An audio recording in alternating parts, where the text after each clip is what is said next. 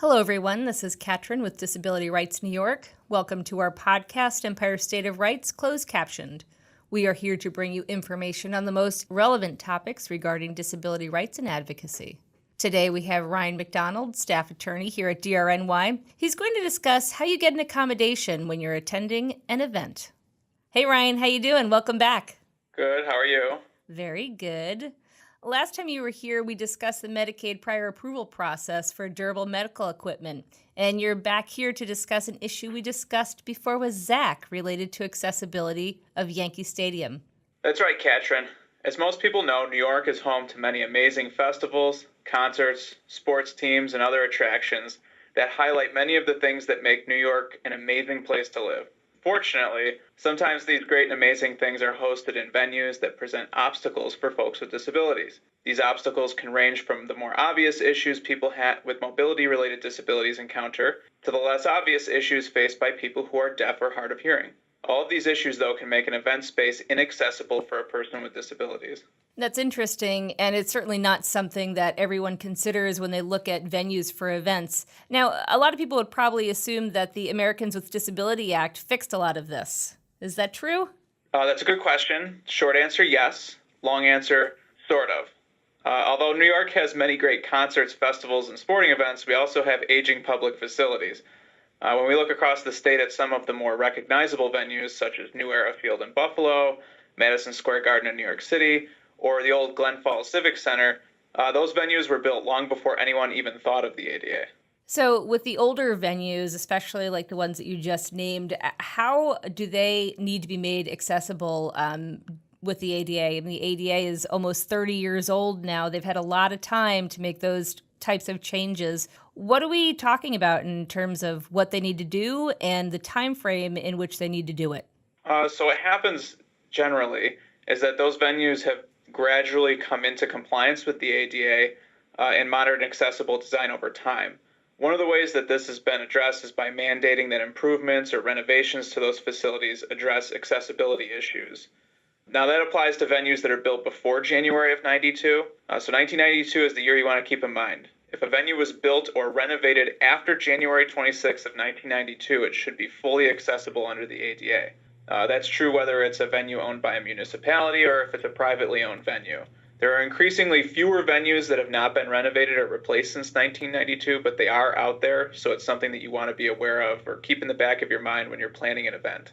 And if there happens to be an issue with the place that you're attending an event, that's also an important date to remember when looking to file a complaint, I'm guessing.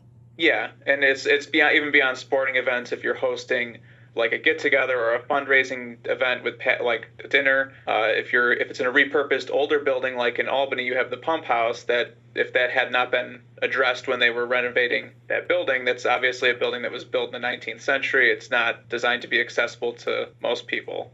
So stadiums and other venues are pretty big places. When you say that a venue like that has to be accessible, what does that actually mean? There's actually a lot of different things that accessibility means, but the two main areas that people should be focused on when they're talking about accessibility are physical accessibility, and then accessible messaging within the venue would be a second one. And accessible messaging, can you talk to us a little bit about what that means? Sure. So physical accessibility is one of the more obvious things. If you can't get into the venue, if you can't get to your seat, that's something that most people are able to conceptualize and understand. Accessible messaging is something that particularly people who are hearing, take for granted. So a great example would be if you ever go to a football game, there are constantly announcements about penalties, about plays, what just happened, who's getting credit for the stats. That's all broadcast without being transcribed necessarily on the Jumbotron or in some other manner where if I can't hear, I don't know what's happening. Right. Okay, that makes sense. And so the examples of physical accessibility would be things that we would normally see or be used to seeing?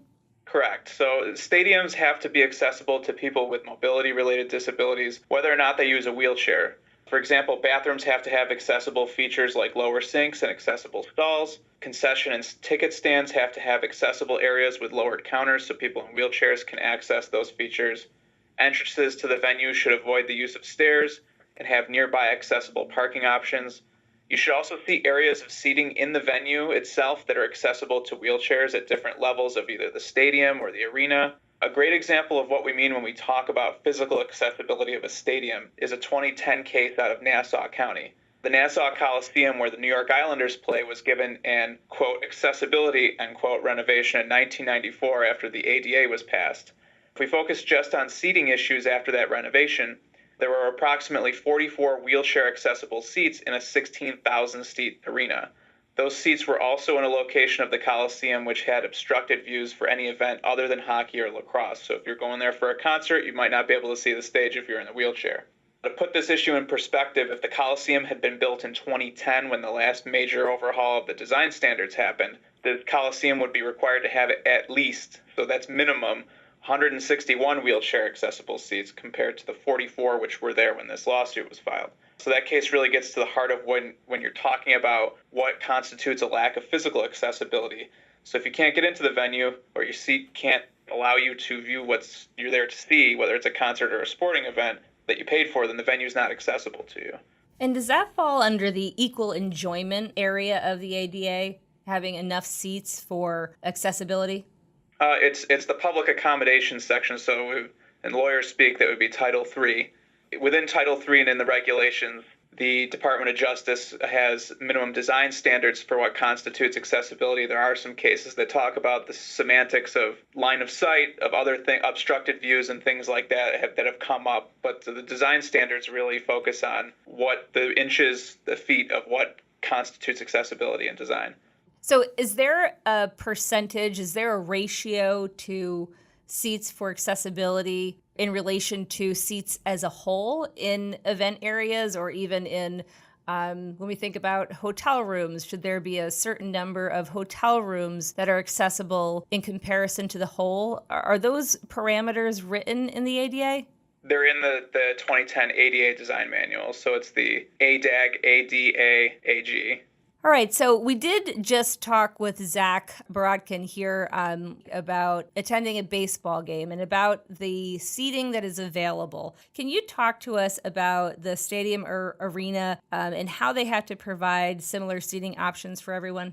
Sure. So where we are right now is that there should be unobstructed views for the seats that are available to people. I use wheelchairs as an example because that's a different way of laying out the seating that most people can see when they go to visit the stadium. But they have to provide the same lines of sight and access to seating to every patron regardless of their ability. That includes providing wheelchair and accessible seating at different locations within the venue. Stadiums, this is important too, stadiums and arenas can't infill or place temporary seating for ambulatory patrons in designated wheelchair accessible spaces so that they can increase the number of seats for an event.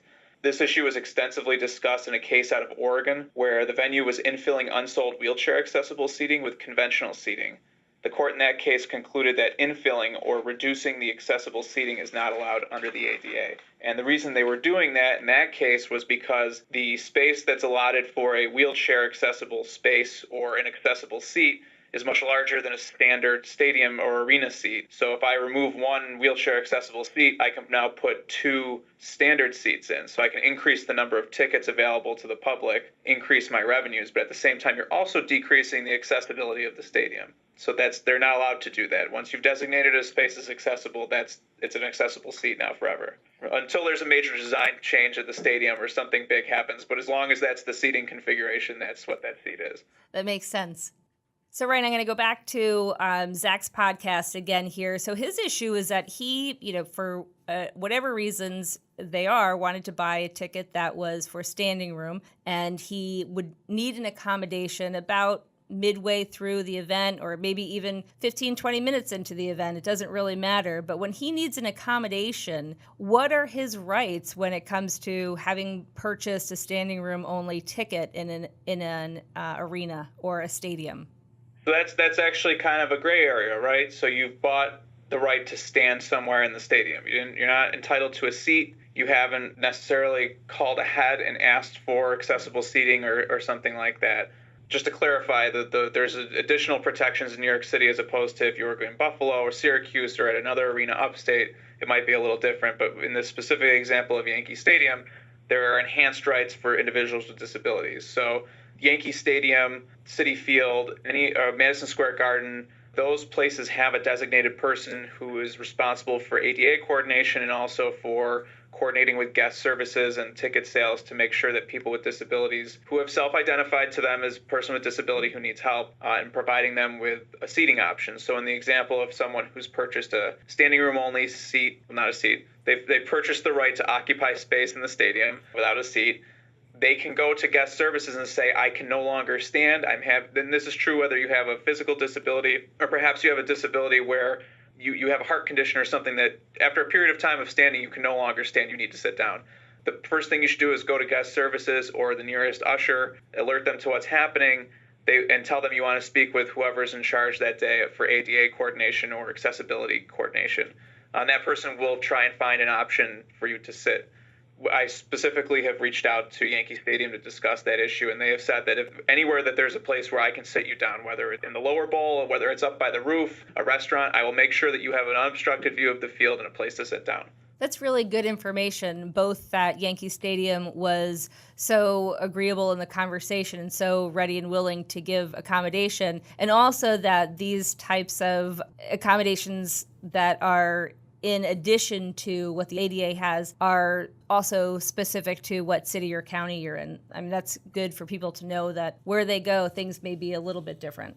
Now, let's shift gears here to what about people who may be deaf or hard of hearing? Obviously, there are situations in football or basketball games that we just talked about where an official will make a ruling. What does the venue in that stadium do in that case? I know we talked a little bit about it already, but are there other things that they use or could use to accommodate their guests in this situation? This is actually a case that came up recently in the last 10 years with a deaf football fan who purchased season seats to the Washington Redskins. And then he realized that same problem, that there's all this going on in the stadium, the game, all these announcements are presumably happening, but I have no way of accessing it. And the issue there was that there was no closed captioning up on the Jumbotron. So I could see the referee up on this big screen, but I couldn't understand anything that he was saying unless I knew what all the hand signals meant. I have no idea what's going on. So he brought suit, and the court ultimately agreed that a failure to provide equal access to oral information provided to hearing fans violates the ADA. A few years later, the same court made the same conclusion in Maryland against the University of Maryland for collegiate sports, using that same analysis, that if you're providing information that's oral, meaning you can hear it, that it has to be provided in some other format, whether that's transcription up on the Jumbotron. There are some stadiums that have a third-party app where closed captioning is broadcast right to your phone. Other things where you would need closed captioning is if you're walking through the breezeway where concessions are and they have televisions that are broadcasting the game, that should also be closed captioned. Basically anywhere where you can be obtaining information about the event should be accessible to people who are able to hear or not able to hear. So whatever information is being put out in the stadium or arena, if it's over a loudspeaker, no matter where you are, that information has to be accessible to everyone. Correct. And if you're a person who's blind and can't, or visually impaired and can't see the game, I keep using the example of a game because most of our arenas are for outdoor events like games. It could be that you're provided with a listening device to hear the live broadcast of the game, and that would provide you with the same level of access to what's happening on the field. Okay, good to know. So when people are planning to attend an event and at one of these venues, or even want to find themselves at a venue that may not be accessible, what should they do in planning and getting ready to attend this event? So most of us plan ahead when we're going to a big event like that. If you are planning ahead, you should always research what accessibility amenities are available. If it's a sporting event, it may be the home team that provides the accommodation. If it's a concert, more often than not, the venue is providing the accommodation. Both should include information on their websites that detail accessibility services that they offer. They should also have an ADA or accessibility coordinator. If you have any doubt when you're planning ahead, you should always contact the team or the venue and ask to speak with an accessibility coordinator. I've spoken to a couple different team coordinators over the years, and they are generally willing to go above and beyond to ensure that everyone is able to fully access an event. Now, if you find yourself at a venue that is not fully accessible, the first thing you should do is go immediately to customer service or guest relations.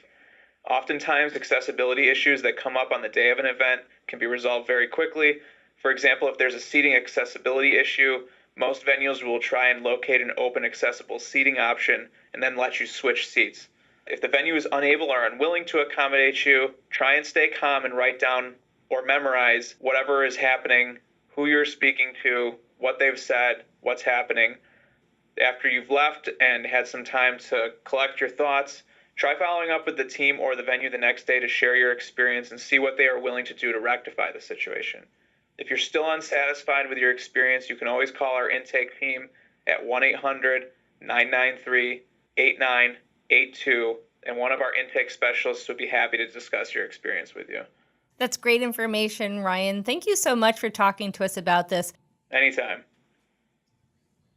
Empire State of Rights Closed Captioned has been brought to you by Disability Rights New York, your source for disability rights and advocacy. If you enjoyed our program, and we hope you did, make sure to subscribe, like, and share this post. If there is a subject you would like us to discuss, please email podcast@drny.org or comment below. Tune in next time where we'll bring you more information on disability rights in the state of New York. The closed caption version of this podcast is available on our YouTube channel. Empire State of Rights Closed Captioned is now streaming on iTunes and Spotify.